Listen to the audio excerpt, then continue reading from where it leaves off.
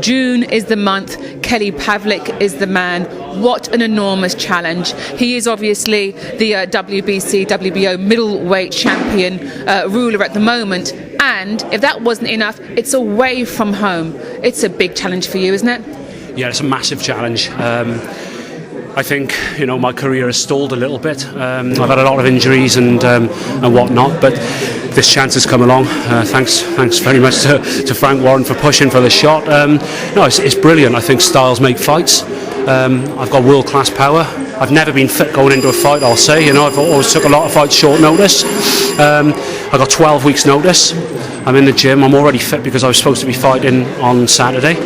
But I'm going to stay in the gym now and I'm going to be in great shape, and I'm going to go over there. I'm not going to be making up the numbers. I'm going to go over there to win.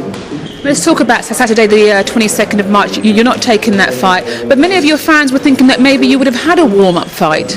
Yeah, I would have preferred to have a warm-up fight, to be honest, but obviously given that Kelly Pavlick was supposed to be fighting John Duddy, and that was due for Madison Square Garden, but Duddy got in this warm-up fight, and I thought he lost, and he looked really bad, and that's why I've been brought in. So I think the Americans wanted to avoid a similar situation in these so-called warm-up fights.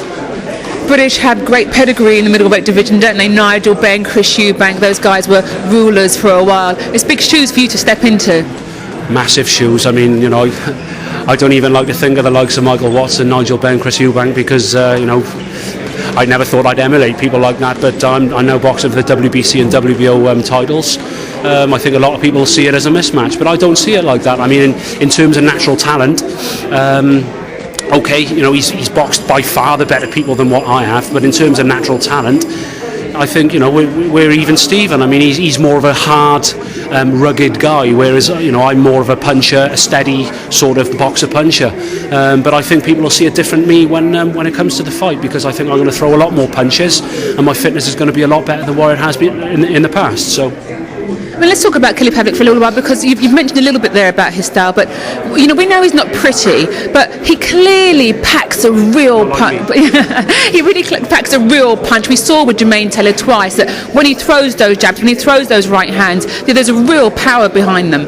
Yeah, there is. I mean, he certainly isn't pretty. I mean, he's 6'2.5", fitting his body into 11'6", so I think he is struggling to make middleweight. Having the rematch with Pavlick at a catchweight kind of suggests that. So hopefully he will be struggling, really struggling by the time it comes to our fight. But no, he's an upright. I call him a dog. You have to kill him to get him out of the ring, and he's obviously a very big puncher with 29 knockouts and 33 wins. So obviously I'm going to have my wits about me.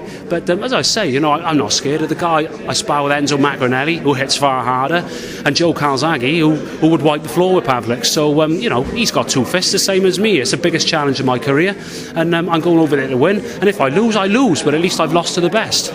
You're certainly not struggling for speed in sparring with Calzaghe or power with Macronelli. But what else about your game plan will you have to sort of adjust or create in order to take these titles off Pavlick? I think obviously I'll have to come a little bit lower, because I have always been a little bit upright. But every day in the gym now we're working about coming a little bit lower, widening the stance. Basically staying tight and working on my advantages rather than thinking what he's going to do, because I think too many boxers fall into that trap. And also, what about the fact that it's in Atlantic City? I mean, the fact that you're fighting, obviously, the middleweight king is going to be tough enough, and rightly you should be confident. But away from home, top of the bill, that's a first for you. Yeah, I would imagine for the run-of-the-mill guy, it's very daunting. But I've tried to explain to people in the past, my mindset is quite different to a lot of other boxers. I'm not a big boxing fan. I've got a degree in sports science, so I kind of look at things a little bit of different to what everybody else does. To me, I've got nothing to be nervous about. It's the pinnacle of my career, so I'm just going to enjoy it, And on a much lower scale, I won the European Junior gold medal over in Italy against an Italian in the final. All right, it's a much lower level. Wasn't nervous in the slightest, and I mean, I've boxed abroad a couple of times as a pro. And that's not daunting me, but as I say, this is a lot higher challenge. So who knows? Maybe I'll be daunted other night. We'll have to wait and see. Well, Judy's a long way away, and I know that FrankWarren.tv will catch up with you again before then several times. Thanks for talking to us right now. My pleasure. Thanks.